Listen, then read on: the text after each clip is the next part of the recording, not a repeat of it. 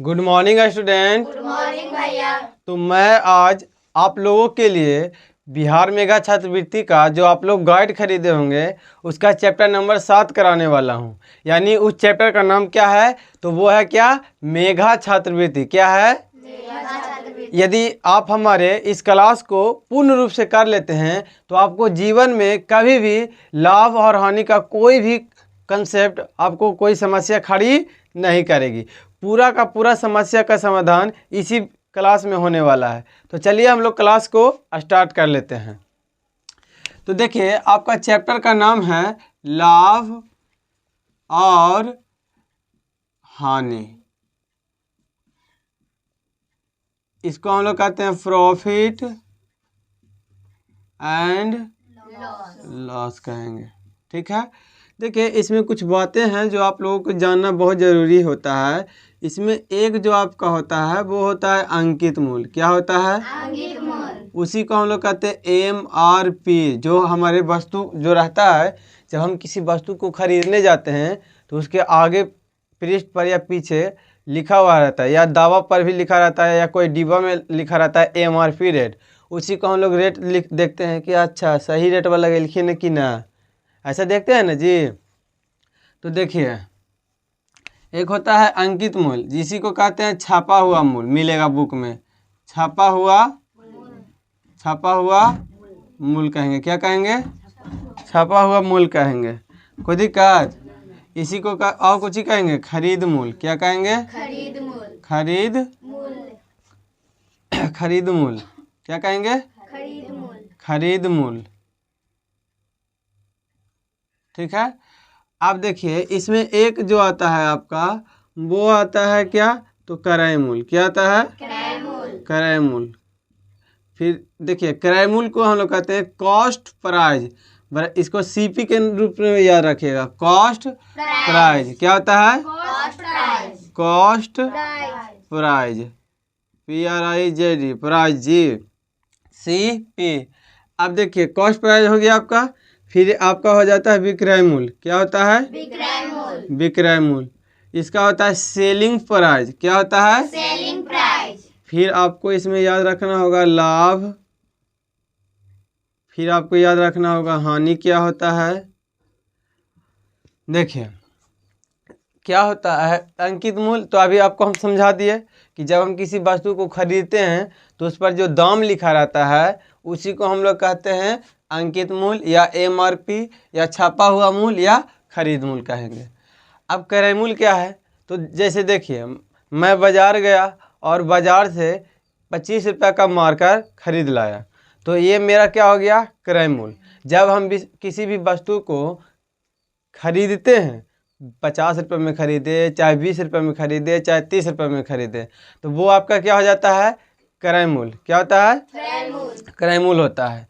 अब जैसे देखिए, मन किया अब हमको कि नहीं, ये मार्कर अब ख़राब हो चुका है, तो अब मैंने इसको क्या किया कि कुछ रुपयों में इसको बेच दिया। क्या किया? बेच दिया। जब हमने इसको बेच दिया तो वो मेरा क्या हो गया? विक्रय मूल्य। क्या हो गया? विक्रय मूल्य। विक्रय मूल्य यानी सेलिंग प्राइस। क्या हो जाएगा? सेलिंग प्राइस हो जाएगा। अब देखिए, लाभ और हानि को समझते हैं। तो मान लीजिए कि हम जो मार्कर खरीदे थे कितना में जी? 25 रुपये में खरीदे थे। कितना में? 25 रुपए में। खरीदे कितना में? 25 रुपए में। अब बेचे कितना में? बात का मतलब, जैसे पुराना हो गया तो हम 20 रुपये में बेच दिए। तो देखिए क्या था, हम खरीदे थे कितना में? 25 में। और बेच रहे हैं कितना में? 20 में। तो हमको यहाँ पे 5 रुपये का क्या हो रहा है? हानि। क्या हो रहा है? हानि। तो इस केस में हम क्या हो जाएगा? हमें क्या हो जाएगा? हानि हो जाएगा। ठीक है। अब जैसे देखिए, क्या हुआ कि हम मोबाइल ले लेते हैं। एक मोबाइल जब हम खरीदने गए तो हम 5,000 रुपये में ख़रीद लिए। जब हम मोबाइल चला रहे थे तो कोई लड़का बोला कि तुम्हारा मोबाइल बहुत अच्छा है, तो हमको वो मोबाइल क्या कर दो? बेच दो। तो मैंने कहा ठीक है, हमने 5,000 रुपये का ख़रीदा है, अगर तुम लोग को अच्छा लग रहा होगा तो क्या करो? मोबाइल खरीदे कितना में जी? 5,000। अब उसको अच्छा लग रहा था तो हम उसको क्या किए कि बेच दिए कितना में, 6,000 में। क्या किए, बेच दिए। तो यहाँ पर हमको क्या हो रहा है, 1,000 का लाभ हो रहा है। क्या हो रहा है, 1,000 का लाभ हो रहा है। तो अब इसमें कोई दिक्कत ना होता होगा आपको। अंकित मूल्य जिस या MRP या छपा हुआ मूल्य या खरीद मूल्य, यानी जब हम किसी वस्तु को खरीदते हैं तो उस पर जो दाम लिखा रहता है उसी को कहते हैं अंकित मूल्य। क्या कहेंगे, अंकित मूल्य। अंकित मूल्य कहेंगे। ठीक है। दूसरा है आपका क्रय मूल्य। जब हम किसी वस्तु को जितना रुपये में खरीदते हैं उसी को हम लोग कहते हैं क्रय मूल्य। अब हम क्या करें, वस्तु को हम लोग खरीद लिए। अब उस वस्तु को यदि हमको बेचना हो तो हम जितना रुपया में बेचेंगे वो हमारा क्या हो जाएगा, विक्रय मूल्य हो जाएगा, सेलिंग प्राइस। क्रय मूल्य को क्या कहेंगे, कॉस्ट प्राइस। अब जैसे देखिए अभी हम आपको बताए कि हमने 5 रुपया का एक पेन खरीदा और 4 रुपया में बेच दिया। खरीद रहे हैं 5 रुपया में लेकिन बेच रहे हैं 4 रुपया में, 1 रुपया कम में बेच रहे हैं, तो हमको यहाँ पे क्या हो जाएगा, हानि हो जाएगा। अब देखिए हम 4 रुपया के मार्कर खरीदे और 5 रुपया के बेच दिए, यानी 1 रुपया बढ़ा करके ना बेच रहे हैं जी। तो इस स्थिति में हमको क्या हो जाएगा, लाभ हो जाएगा। क्या हो जाएगा, लाभ हो जाएगा। तो देखिए अब इसके आगे हम लोग जानेंगे लाभ प्रतिशत। क्या जानेंगे, लाभ जान जाएंगे तो लाभ प्रतिशत निकालना आसान है। फिर है आपका क्या, हानि प्रतिशत। क्या होता है, हानि प्रतिशत। क्या होता है, हानि प्रतिशत होता है। तो देखिए आपको बता दें कि जो लाभ प्रतिशत होगा आपका, लाभ प्रतिशत वो होता है लाभ गुना 100 बटा क्रय मूल्य। क्या होता है, कोई दिक्कत। अब ये देखिए हानि प्रतिशत निकालेगा तो हानि प्रतिशत आपका कितना हो गया, हानि गुना 100 बटा हानि गुना 100 बटा क्रय मूल्य होता है। जैसे देखिए क्वेश्चन नंबर 1 हम कर लेते हैं। जैसे देखिए हमने खरीदा CP मतलब कॉस्ट प्राइस यानी क्रय मूल्य। हमने खरीदा 25 रुपये में। क्या किया, 25 रुपया में। और बेच दिया मतलब सेलिंग प्राइस। बेच दिया मतलब सेलिंग प्राइस। तो बेचा 30 रुपया में। तो देखिए खरीदे थे कितना में, 25 रुपया में। बेच रहे हैं कितना में, 30 रुपया में। तो हम यहाँ पे 5 रुपया बढ़ा करके बेच रहे हैं तो हमको यहाँ पे क्या हो जाएगा, लाभ। तो लाभ होगा कितना, 25। तो लाभ कितना हो जाएगा। 5। देखिए आप लोग लाभ का परिभाषा नहीं जानते हैं। लाभ बराबर हम कह सकते हैं, ज़्यादा कौन है, SP ना जी, विक्रय मूल्य ना। तो लाभ बराबर हम फार्मूला लगा सकते हैं, विक्रय मूल्य माइनस क्रय मूल्य। विक्रय मूल्य माइनस। क्रय मूल्य। ये फार्मूला निकल के कौन से आया, इसी से ना आया। याद करने का कोई ज़रूरत है। लाभ बराबर क्या होता है फार्मूला, विक्रय मूल्य माइनस विक्रय मूल्य माइनस विक्रय मूल्य माइनस क्रय मूल्य हो जाएगा कि ना। देखिए अब यहाँ पे विक्रय फार्मूला को याद रखिएगा, ठीक है। अब यहाँ पे देखिए विक्रय मूल्य आपका कितना है 30 माइनस क्रय मूल्य आपका कितना है 25, तो लाभ कितना होगा 5। तो इसीलिए जब हम लाभ प्रतिशत निकालेंगे, लाभ प्रतिशत, तो फार्मूला क्या हो जाएगा, लाभ गुना 100 बटा क्रय मूल्य। क्या हो जाएगा, होगा कि ना। अब देखिए लाभ आपका कितना हो रहा है, और गुना 100 हो जाएगा। आपका क्रय मूल्य कितना था, 25 था कि ना। तब 25 चौके, तो देखिए 5 में 4 से गुना करेंगे तो 20% का हमें क्या हो रहा है, लाभ हो रहा है। क्या हो रहा है, लाभ हो रहा है। कोई दिक्कत हुआ होगा आपको, नहीं ना। अब देखिए अब हम आगे बढ़ते हैं। डस्टर तो नहीं दिखाई दे रहा है जी। अब यहाँ पे देखिए अगला प्रश्न हम लोग कर लेते हैं है, तो लाइए इसी से हम काम चला लेते हैं। देखिए भीगा है, बेकार दे भी दिया। देखो अब क्या करेंगे इसमें, जैसे हम कहें कि मान लेते हैं हम किसी वस्तु को खरीद रहे हैं 100 रुपया में। क्या कर रहे हैं, 100 रुपया में। और बेच रहे हैं मतलब सेलिंग प्राइस, बेच रहे हैं उसको 80 रुपये में, कितना रुपये में? 80 रुपये में। अब यहाँ पे देखिए, खरीदे सीपी मतलब किराए मूल, खरीदे 100 रुपये के अब बेचे 80 रुपये के, तो हमको 20 रुपये का क्या हो रहा है? हानि हो रहा है। तो देखिए हानि क्या हो रहा है? तो कैसे निकला हानि, कैसे निकला बताइए? किराए मूल माइनस किराए मूल माइनस। आप लोग ये क्या कहता है फॉर्मूला याद किए होंगे ना जी, लेकिन कहाँ से आता था? जब पता था नहीं ना, यहीं से पता चल रहा है कि ना जतके में से कम करना घटा रहे हैं, तो किराए मूल माइनस, ये भी आपका इम्पोर्टेंट फार्मूला है, ठीक है, इसको भी आप लोग याद कर लीजिएगा, ठीक है। अब देखिए हानि, तो किराए मूल माइनस हानि बराबर किराए मूल माइनस, तो हानि कितना हो जाएगा आपका? किराए मूल कितना हो गया? 100, विक्रय मूल कितना हो गया? 80, तब 100 में से 20 गया, 100 में से 80 गया, 20 हुआ कि ना, हो रहा है ना। तो हम यहाँ पे निकालेंगे, इसीलिए हानि प्रतिशत, क्या निकालेंगे? तो हानि प्रतिशत वाला फार्मूला बताएं आपको, हानि गुना 100 बटा हानि गुना 100 बटा किराए मूल। कोई दिक्कत? हानि यहाँ पे कितना हो रहा है? गुना कितना करेंगे? अब देखिए किराए मूल आपका कितना है? 100 ना है जी, किराए मूल यहाँ पे, तो 100 से 100 कट गया, तो यानी आपको 20% का क्या हो रहा है? हानि हो रहा है। कोई दिक्कत? समझ में आ गया होगा यहाँ तक? किसी को कोई दिक्कत ना हो रहा होगा? चलिए ठीक है। अब यहाँ पे हम आगे बढ़ते हैं क्लास को। अब देखो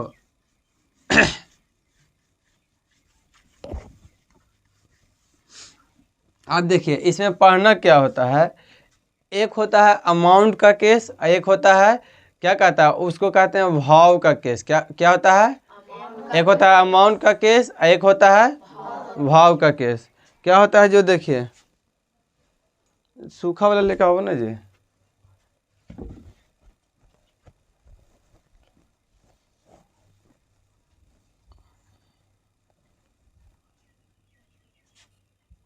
लाइए,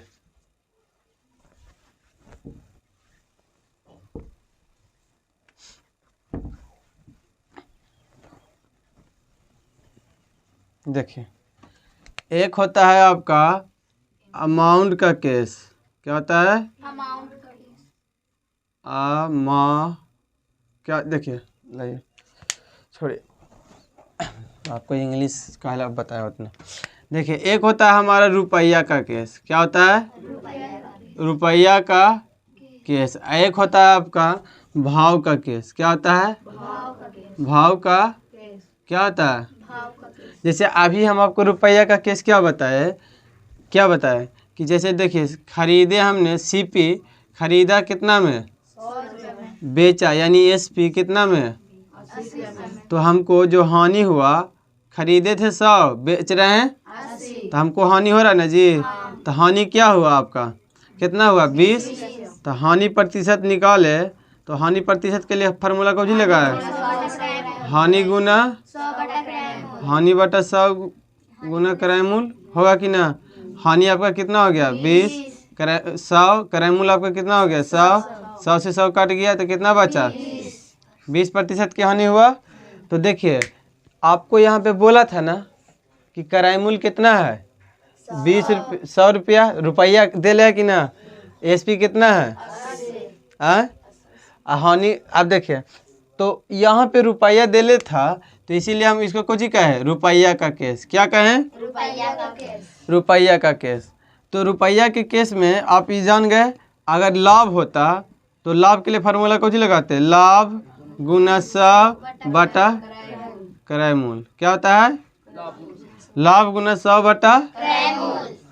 अब जैसे देखिए क्या होता है कि लाभ गुना 100 बटा में क्या हो गया? किराए मूल। क्या हो जाएगा? किराए मूल। अब होता है भाव का केस। क्या होता है? भाव का केस। क्या होता है? देखिए भाव का केस में क्या होता है, इसमें देगा नहीं कुछ।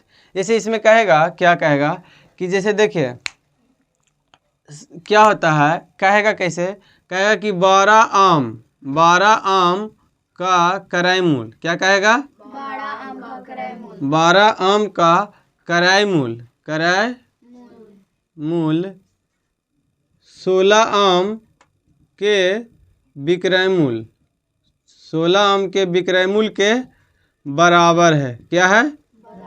बराबर है। तो लाभ या हानि प्रतिशत निकालिए। यही ना जी, निकालिए। कोई दिक्कत? हमें जब कहा देगा कि 12 आम का क्रय मूल 16 आम के विक्रय मूल के बराबर है तो लाभ या हानि प्रतिशत निकालिए, ऐसा मिलता है बुक में। अब यहाँ पे रुपया का चर्चा किया, वाह, खाली आपको समझना है कि अच्छा हम जैसे उतना रुपया में 12 वस्तु खरीद रहे हैं और उसी रुपया में जितना खरीदे उसी को हम 16 आम जितना रुपये में खरीदे 12 आम, ठीक है, अब उतने रुपये के बेच रहे हैं 16 आम, ठीक है, तो 16 आम के विक्रय मूल्य के क्या हो गया? बराबर है। तो लाभ या हानि प्रतिशत निकालिए।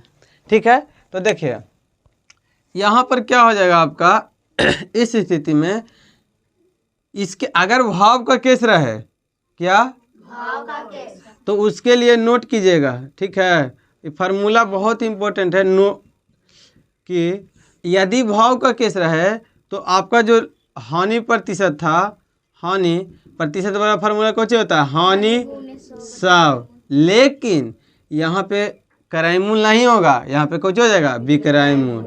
बस इसी को याद रखना है कि अब भाव के केस में कब, भाव के केस में, और दूसरा हानि तो हो गया आपका लाभ प्रतिशत, क्या होगा? लाभ प्रतिशत, तो लाभ प्रतिशत वाला फार्मूला कुछ होगा लाभ गुना 100 बटा क्रय मूल नहीं जी, विक्रय मूल। क्या होगा? विक्रय मूल। किसके केस में? भाव के केस में। अब आपको ये समझ में आ गया? यानी देखिए यहाँ पे जस्ट इसका उल्टा हो रहा है कि ना, यानी रुपया का केस और भाव का केस दोनों एक दूसरे का क्या होता है? उल्टा। क्या होता है? उल्टा। क्या होता है? उल्टा। आप देख रहे हैं बहुत ही अच्छा से कि यहाँ पे हानि प्रतिशत, यहाँ पे क्रय मूल था, यहाँ पे विक्रय मूल है, यहाँ पे क्रय मूल है, यहाँ पे विक्रय मूल है। यानी रुपया का केस और भाव का केस एक दूसरे का क्या होता है? उल्टा। अब यहाँ पे समझिएगा, अब इसका हम सॉल्यूशन कर रहे हैं, फार्मूला नोट कर लीजिएगा। ठीक है, अब देखिए क्या है, देखिए रुपया का केस तो आपको लाभ, रुपया के केस में आपको लाभ और हानि प्रतिशत निकालना आसानी से आ गया होगा। अब जैसे देखिए भाव का केस में, जैसे हमको कह रहा 12 आम का क्रय मूल, 12 आम का क्रय मूल, 12 आम का क्रय मूल, क्रय मूल मतलब सीपी, 16 आम के विक्रय मूल, तो 16 आम के कोई चीज, 16 आम का विक्रय मूल, विक्रय मूल मतलब एसपी के क्या है? बराबर। क्या है? बराबर।